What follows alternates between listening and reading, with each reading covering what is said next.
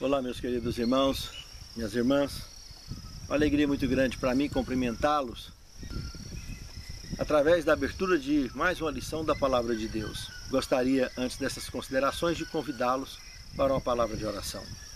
Senhor Deus, muito obrigado por mais essa oportunidade de abrirmos a Tua Palavra e termos acesso ao conteúdo sagrado que nos orienta e sustenta a nossa fé.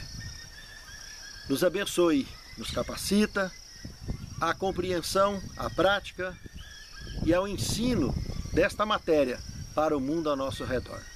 Perdoe nossos pecados e faltas, continue nos preparando para o Teu reino, é o que te suplicamos agradecidos, em nome de Jesus. Amém, Senhor. O selo de Deus ou a marca da besta? Olha que tema mais curioso. Poderia até imaginar uma pergunta bastante óbvia. Uma escolha vital ou uma escolha fatal? O que você acha? Você decide. O verso principal, Apocalipse 15, verso 3, que diz o seguinte: Grandes e admiráveis são as tuas obras, Senhor Deus, Todo-Poderoso. Justos e verdadeiros são os teus caminhos, ó Rei das Nações. Irmãos, realmente, essa questão que será abordada neste tema é uma profunda advertência a todos nós que vivemos neste velho mundo. Tudo está caminhando para um afunilamento de acontecimentos, onde assistiremos em muito breve o desenrolar do efeito dominó da escatologia bíblica, ou as profecias que desfecharão o contexto de nossos dias, anunciando evidentemente e preparando o povo de Deus para receber o seu Senhor nas nuvens. E essa questão de selo de Deus, que é uma marca divina, e essa marca da besta, que o Apocalipse trabalha em paralelo, mostrando as bênçãos de quem recebe o selo de Deus e a maldição de quem recebe o sinal da besta, é um assunto gravíssimo. A Bíblia Sagrada como um todo, ao longo da história do pecado, tem sido combatida por Satanás a ponto de tentar fazer com que a palavra de Deus se torne histórias de carochinha. Como Gênesis, né? As pessoas abrem o livro de Gênesis, os primeiros capítulos, exatamente a semana da criação, para ser mais explícito, e a história do pecado, que se desenrola na altura do capítulo 3 de Gênesis. Como as pessoas fazem brincadeira com isso, como as pessoas entendem mal o contexto bíblico e levam numa direção completamente conflituosa diante de Deus e diante dos homens. E a palavra de Deus é sagrada. Isso lembrando que ela não só está escrita, mas ela também é viva. E quando o Espírito Santo nos toca ao estudar a palavra escrita, todo e qualquer problema de embaraço, de traduções, de transliterações, etc, etc, etc, e de agressões mesmo que já jogaram em cima da palavra de Deus, como a exclusão de cerca de 22 livros que temos citados dentro da Bíblia, que não estão mais na Bíblia. Nada disso é problema. Porque quando o Espírito Santo nos toca, a palavra viva do Deus vivo nos conduz, ainda que seja pelas entrelinhas da palavra de Deus, o suficiente para nos orientar e nos preparar para a breve volta de nosso Deus. O tema dessa semana realmente abordará em pontos delicados e nos orientará em passos seguros na observação da palavra de Deus e no nosso dia a dia, no desenrolar da nossa aceitação desse contexto sagrado escrito e do contexto falado através do Espírito Santo em nossos corações, nos levando a atitudes que promovam ações, decisões ao lado do Senhor, ao lado da verdade e do cumprimento da missão que Ele tem nos confiado. Pense nisso, amado irmão. Pense nisso, amado irmão. O segundo tema, o sinal de Deus identifica o seu povo. Aqui agora aparece um ponto bastante curioso, tratando de dois sinais externos. Um eterno, o nome já fala, que é eterno, que é o sábado. E o outro provisório, de característica física. Veja que quando trata de um sábado eterno, ao ir lá no livro de Isaías, no capítulo 66, versos 22 e 23, no novo céu e na nova terra que eu hei de fazer, toda a carne continuará indo perante o Senhor, adorando no dia de sábado. Ou seja, na eternidade ele é passado, presente e futuro. Não tem passado, não tem presente, não tem futuro. Ele é eterno, como o próprio Deus é eterno. E eu, o Senhor, não mudo, que é uma tese divina. Mas quando a gente olha para o sinal da circuncisão, que é o segundo sinal que surge, e surge justamente na história do pecado, é no mínimo bastante curioso esse sinal. O porquê desse sinal, da forma desse sinal, o porquê dessa forma de separação. Com relação ao primeiro sinal, os filhos da luz, os filhos de Deus, observam esse sinal com clareza, porque é o dia que o Criador descansou de tudo que ele criou, e abençoou e santificou. Então isso não tem volta, é uma tríplice informação divina em cima do contexto do Santo Sábado. Agora, quando olha para o sinal da circuncisão, o porquê de circuncisão? Curioso, observe aqui. Quando Abraão nasceu em 1996 a.C., no ano 2350, então, teria acontecido o dilúvio. Abraão nasceu em 1996. Ele já adulto, próximo dos seus 100 anos de idade, já se encontrava em pleno êxodo. Tinha saído lá do Iraque, né, lá de Ur dos Caldeus, parou em Harã, depois continuou, passou pela Síria, e ele já teria encontrado com Melquisedeque, já teria se separado do seu sobrinho Ló. Veja que curiosidade mais interessante. Quando Deus instituiu a circuncisão e o porquê da circuncisão. Observem, separação dos separados na história do pecado. E por que circuncisão? Circuncisão, uma operação, uma pequena cirurgia no órgão genital masculino, conhecido na medicina como operação de fimose. Esse procedimento, envolvido com uma ação religiosa, é algo no mínimo curioso. Veja que, como eu disse agora mesmo, o dilúvio estava há mais ou menos 400 anos atrás. E o dilúvio, nós sabemos que a terra havia se enchido de violência por casamentos com julgos desiguais, que automaticamente vai envolver procriação, vai envolver a questão sexual e principalmente a perversão sexual. E isso sem falar que o machismo também é outra característica que já vinha empreendido na época.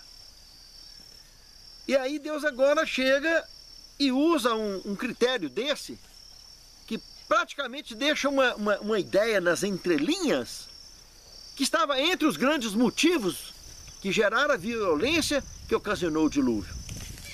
Deus agora então, ao ter chamado Abraão, que seguiu toda essa trajetória de êxodo, já tinha se separado de seu sobrinho, tinha passado já por Melquisedeque, que nós já tanto estudamos sobre esse personagem dentro dos temas dessa lição, como a lição 5, tratou muito em detalhes sobre Melquisedeque, esse personagem maravilhoso apresentado nas Escrituras Sagradas. Quem quiser observar sobre ele, vai lá na lição 5, Cristo no Santuário Celestial, e dá uma olhada nessa lição aí no meu canal, para vocês verem detalhes sobre quem é Melquisedeque e a história dele. Então Abraão já tinha passado por ele, por Melquisedeque, e agora recebe essa ordem de Deus para se circuncidar, já adulto, já idoso. Quando Deus instituiu a circuncisão, Abraão estava com 99 anos de idade, o seu filho Ismael estava com 13 anos de idade, segundo o relato bíblico, e Isaac ainda não tinha nascido. Observe que coisa mais curiosa. Toda a casa de Abraão, seus funcionários, que envolvia o povo de Deus, não por descendência direta, mas indireta, já eram aqueles agregados pela fé que Paulo mais tarde comentaria, como nós somos hoje. Inclusive, desses agregados pela fé, são os que desceria primeiro para o Egito e entraria em escravidão lá em pouco tempo. A descendência direta de Abraão, que seria Jacó e seus filhos, iria depois, já bem dentro do cativeiro, já nos dias de José. Mas antes já tinham hebreus ali esparramados em todo o Egito, envolvidos no cativeiro, porque teriam ido antes, os filhos da fé de Abraão. Hoje nós somos filhos da fé de Abraão.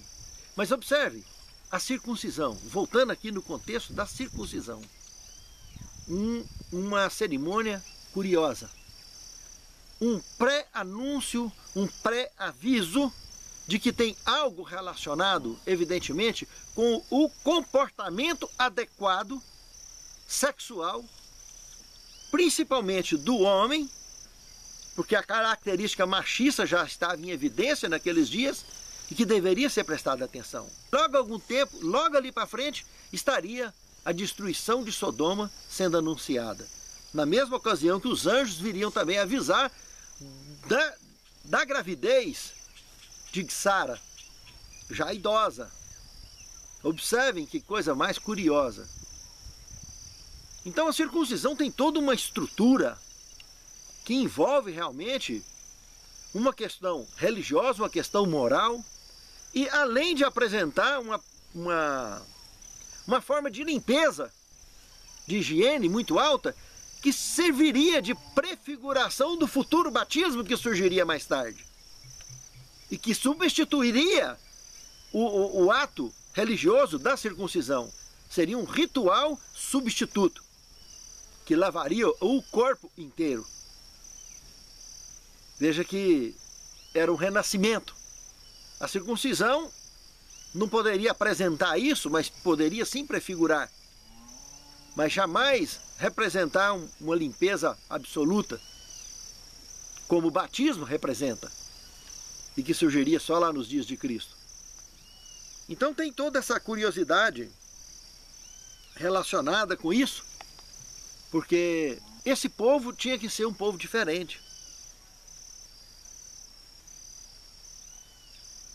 A circuncisão, que tanta coisa aconteceu em torno dela, vocês lembram lá das tragédias mais tarde que surgiria quando os filhos de Jacó resolvessem atacar os habitantes de Siquém? Que desgraça que aconteceria justamente quando a filha dele foi atacada, foi estuprada, e aí os filhos de Jacó resolveram vingar justamente numa noite que tinham feito um acordo que toda aquela civilização ali se circuncidaria, como se circuncidou.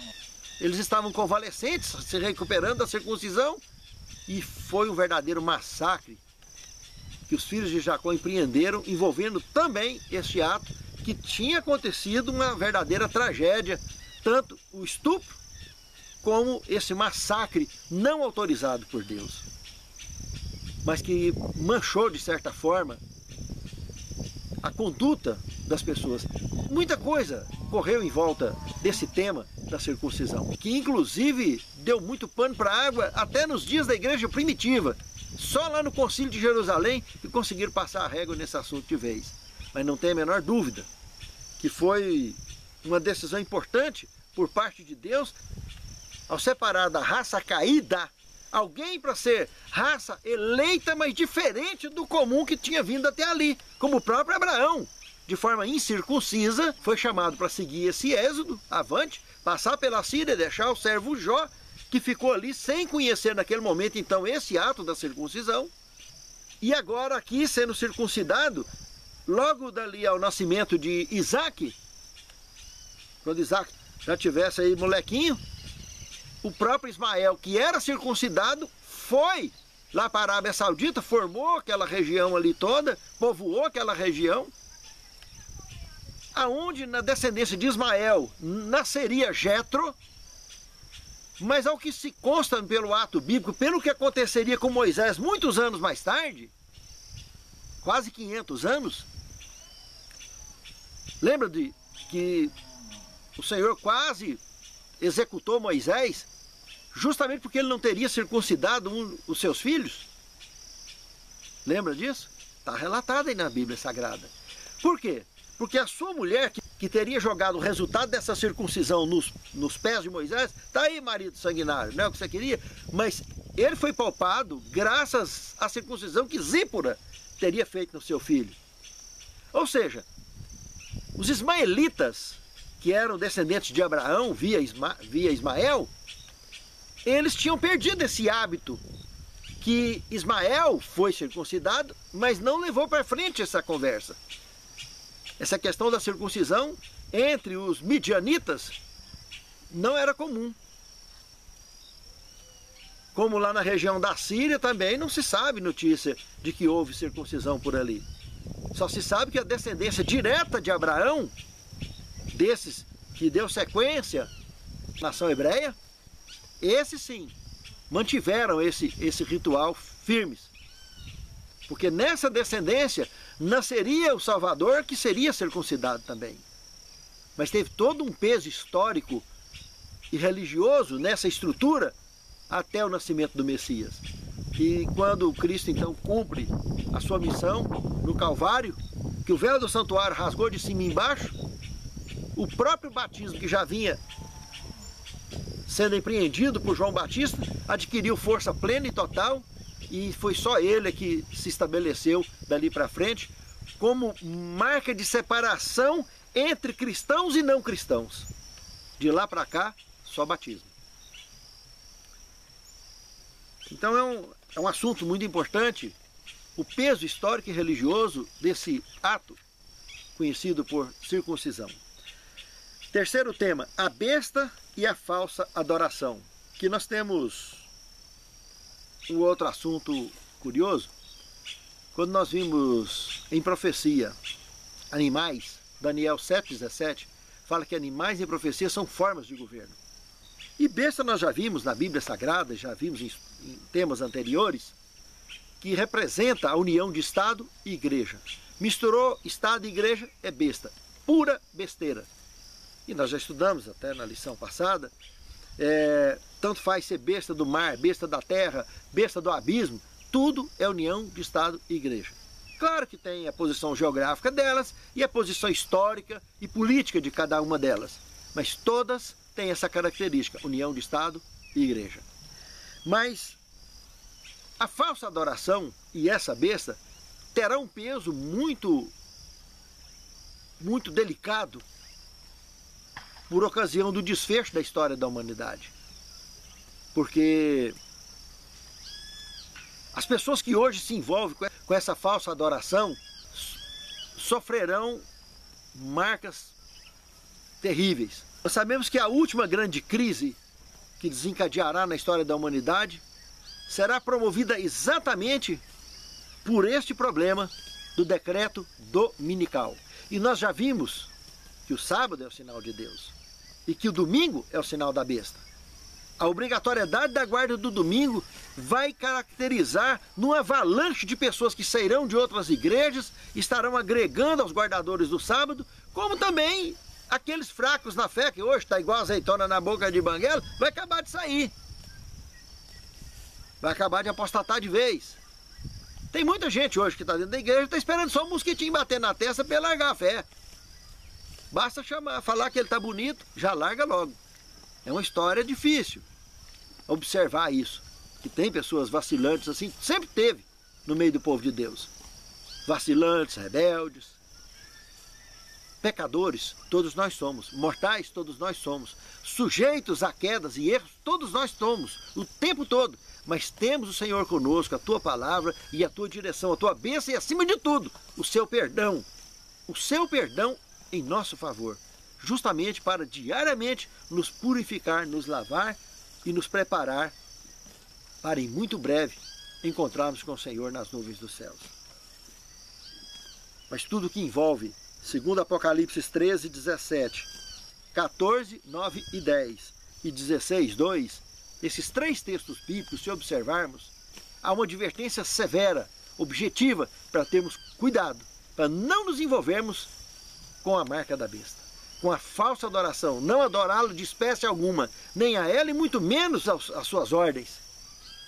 Que isso está antigo. Essa união de Estado e Igreja, quando iniciou entre Constantino e a Igreja primitiva, a marca inicial dessa união foi justamente a mudança da lei, transferindo o sábado para o domingo. Fez uma inversão. Isso sem falar que eliminaram o segundo mandamento da lei de Deus. Ele eliminou, que trata de imagem de escultura. E a igreja primitiva foi infestada de imagem de escultura por causa disso. Aí começou a puxar o terceiro para o lugar do segundo, e assim sucessivamente. Quando chegou lá no 10º, para puxar para o lugar do 9º, ficaria faltando um mandamento: dividir o último em 2. 9º mandamento, não cobiçar a mulher do próximo. 10º mandamento, não cobiçar as coisas alheias. Assim ficou o catecismo dominical, o documento que outorgou essa mudança na lei de Deus, que essa liderança religiosa, essa força política religiosa, admite ser representante de Deus aqui na terra e ter poder sobre isso, e por isso critica os guardadores do sábado, critica os adventistas, de fundamentalistas, justamente porque nós colocamos a Bíblia acima da religião. E eles, por se acharem autoridade suficiente para poder fazer o que tem feito, se julgam acima da religião. Eles se julgam acima da Bíblia. E por isso faz o que fazem. Mas prestará conta com Deus, porque os últimos versos da Bíblia Sagrada tratam exatamente disso, daqueles que acrescentam ou daqueles que tiram alguma coisa da Bíblia Sagrada, da Palavra de Deus. Praga e maldição absoluta para eles.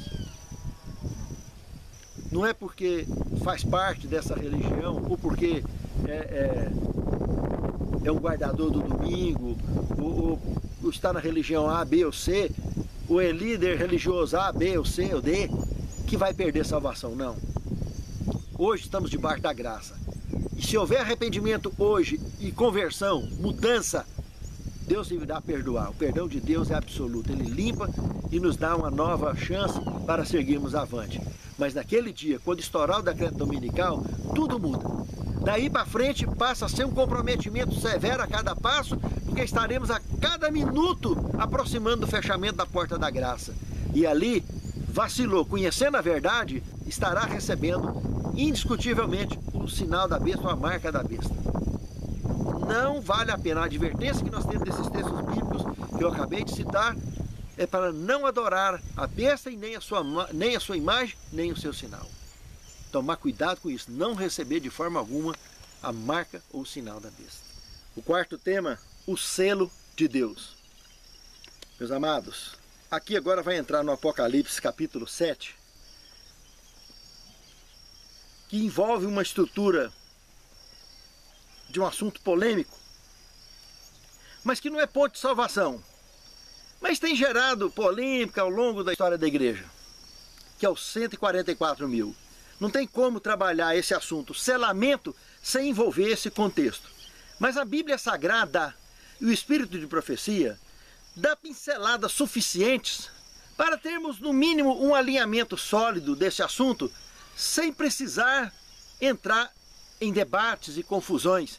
Como eu disse, por se tratar de assunto que não é assunto de salvação, não é questão de salvação, não é doutrina. Portanto, é apenas uma curiosidade bíblica que um dia nós passaremos a régua de forma definitiva sobre esse tema. Mas hoje, o que temos em tese, em base, na mão, uma Bíblia Sagrada como um todo, os seus assuntos, as suas polêmicas, as polêmicas registradas na Bíblia Sagrada, que é assunto que está revelado e temos mais é que entender e não ter medo deles e conversar e passar a regra e pronto, e acabou. E confiar em Deus. Esse assunto aqui, analisando o capítulo 7 de Apocalipse, que trata do selamento, do verso 1 ao verso 3, vamos analisar o momento do selamento. O período em que estará acontecendo. Pouco antes de acontecer as 7 pragas. Os anjos que viriam.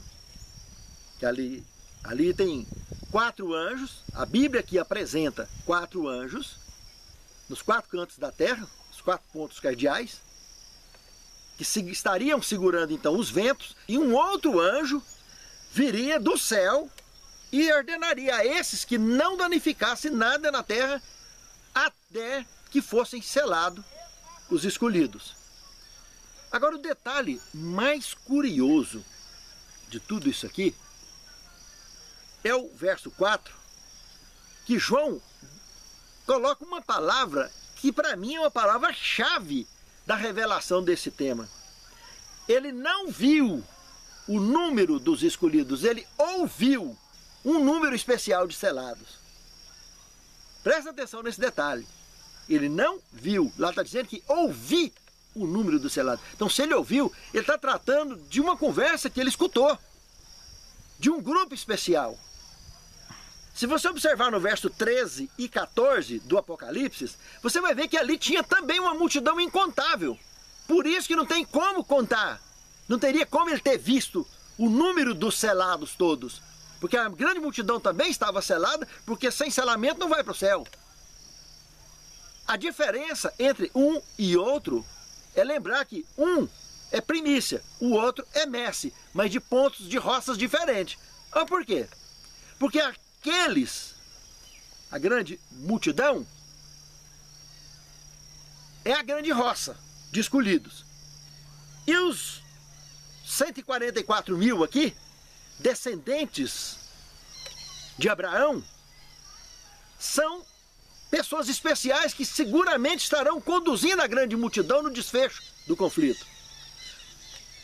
Quais as ideias bíblicas que nós temos para sustentar essa tese? Primeiro, o livro de Romanos, capítulo 11, o verso 16, fala que tanto as primícias como a messe são santas.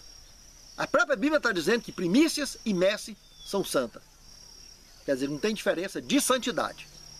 Mas é lógico, tem diferença de seleção.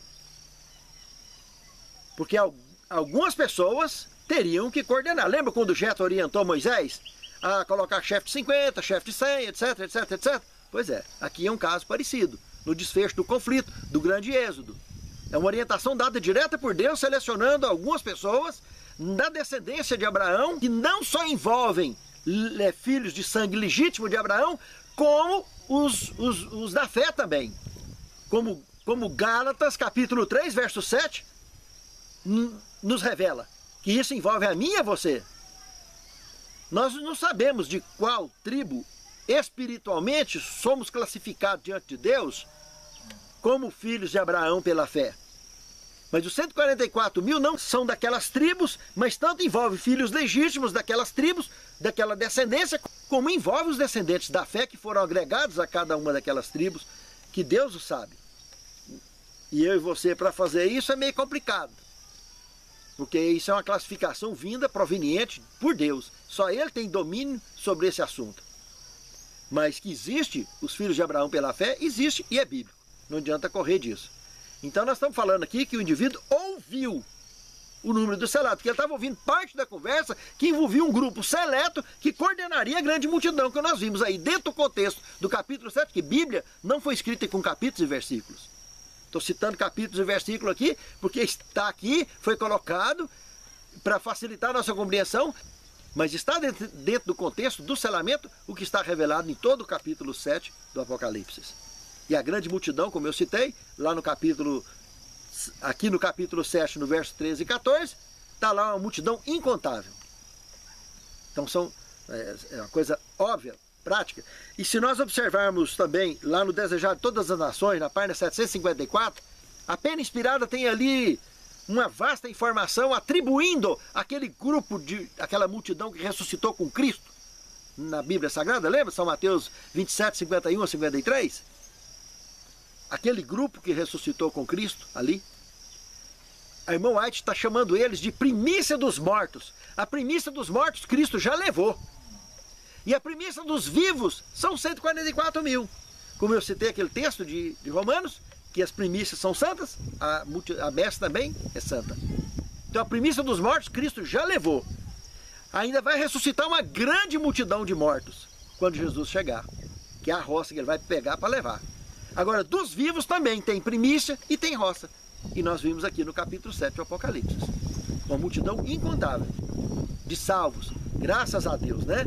Que não vai ser como no dilúvio, só 8 pessoas entrou dentro da arca. É uma multidão incontável de vivos que estarão agregados a esse trabalho que será liderada por esses 144 mil. Evidentemente, a grande multidão vai cantar o cântico de Moisés, mas os 144 mil vai cantar um cântico novo, claro, da experiência deles, por eles ter sido escolhidos como líderes especiais para conduzir o povo de Deus. Esses 144 mil, evidentemente, têm motivos especiais para ser chamado como tais.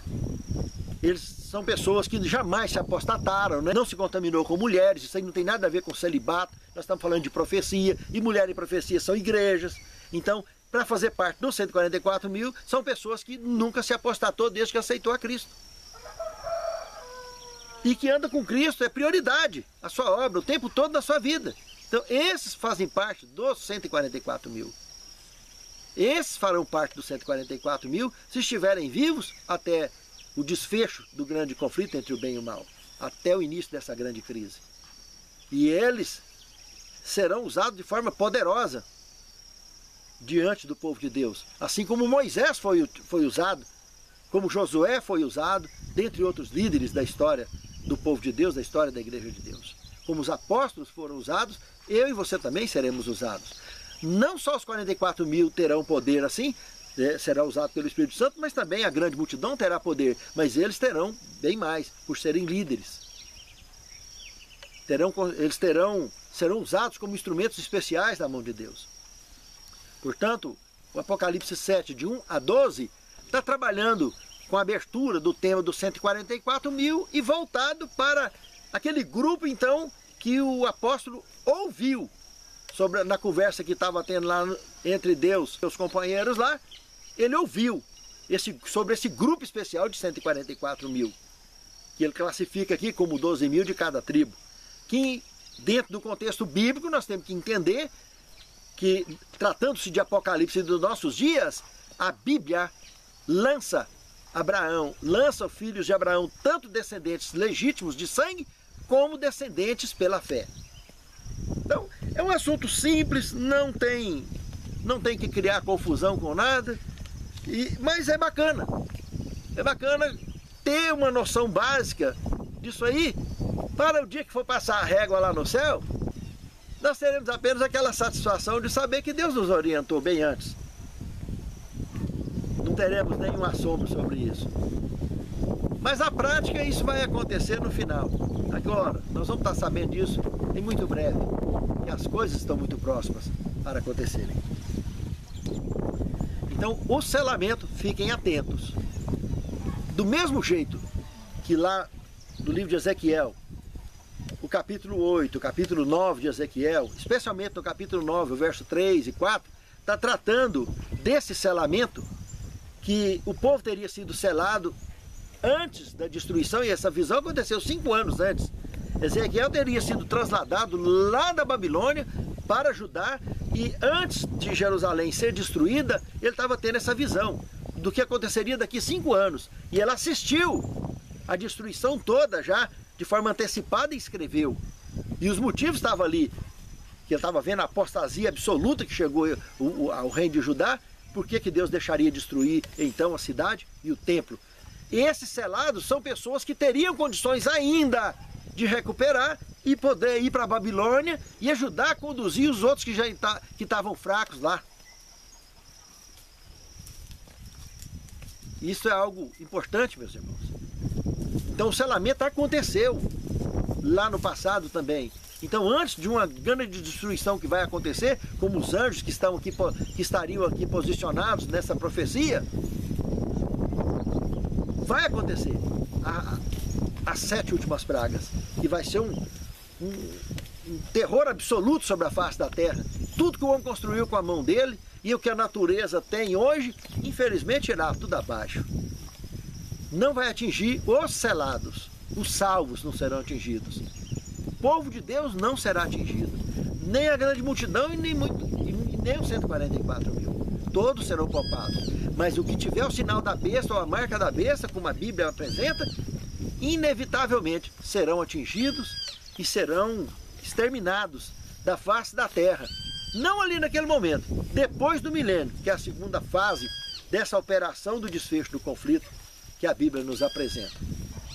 Quinto tema, a marca da besta. Daniel capítulo 7, verso 25, a profecia que apontava para o que aconteceria entre o ano 321 e 323, justamente da aproximação de Constantino, da igreja primitiva, não está falando da mudança só do sábado, aqui está envolvendo 3 mandamentos, como eu citei agora mesmo. O segundo, o quarto mandamento e o último mandamento. São 3 mandamentos. Mas desses 3, o quarto mandamento aponta para o Criador, mostra para a razão da existência do universo. E a tentativa de Satanás ao excluir o quarto mandamento é tentar excluir o próprio Criador da estrutura da criação, como acabou surgindo o darwinismo mais tarde, e fazendo o piseiro que fez e faz até hoje nas universidades pelo mundo afora. É uma coisa terrível a infestação que isso acontece. Eu me lembro, quando as minhas meninas eram pequenininhas, estavam na escola, estudavam na nossa escola, quando um professor de história lá meio desorientado, aconteceu em uma das escolas de Brasília, que eu morava lá nessa época, e esse professor colocou um livro lá que veio a evolução das espécies dentro do contexto. Nossa! Eu fiquei danado com aquilo. A hora que eu vi o livro, falei, não tem cabimento. E fui lá, chamei o diretor da escola na época, que é meu amigo até hoje, um pastor, gente boa demais. E mostrei para ele, ele chamou o professor na época para vir na sala justificar aquilo diante de mim. Ele simplesmente ficou mudo, não pôde fazer nada, tiveram que mudar o livro. Mudaram, cortou, suspenderam aquele livro, indicaram outro livro e pronto, encerrou o assunto. Mas o que acontece, né?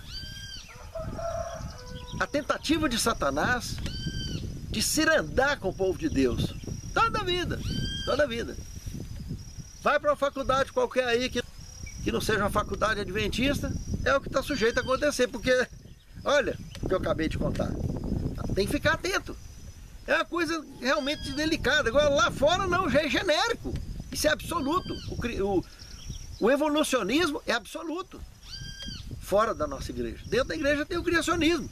E quando um servo de Deus percebe algo errado, ou uma tendênciazinha qualquer, ele já vai lá, resolve. E Deus usa para poder resolver, como me usou na época. E usa qualquer um de nós, como seus servos.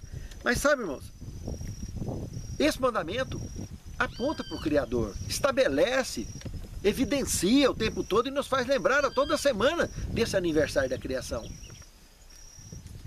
Mas o segundo mandamento também tem um ponto muito importante. Porque o único ser que deve ser adorado na história do universo é o Criador. Ninguém mais. E o segundo mandamento está mostrando exatamente isso. E quando excluiu ele, entrou essas imagens de esculturas, e não só as imagens de escultura, como uma série de adorações diferentes, que acaba envolvendo o primeiro mandamento também. Que não terás outros deuses diante de mim.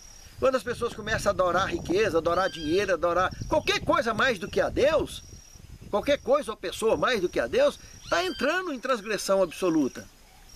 Então é muito sério quando a gente pensa nisso. E quando fala do 10º mandamento, em cobiçar, está envolvendo um ponto melindroso do envolvimento nosso diante dos homens e diante de Deus, para um convívio social equilibrado, um convívio fraternal equilibrado, para que a sociedade tenha estrutura de fato e moral principalmente, é necessário, acima de tudo, uma convivência amável, amorosa, e não convivências falsas, que as pessoas se envolvem com as outras, seja para amizade, seja para casamento, seja para o que for, se envolve com segundas intenções, cobiçando que alguém possa ter, ou que alguém possa ser.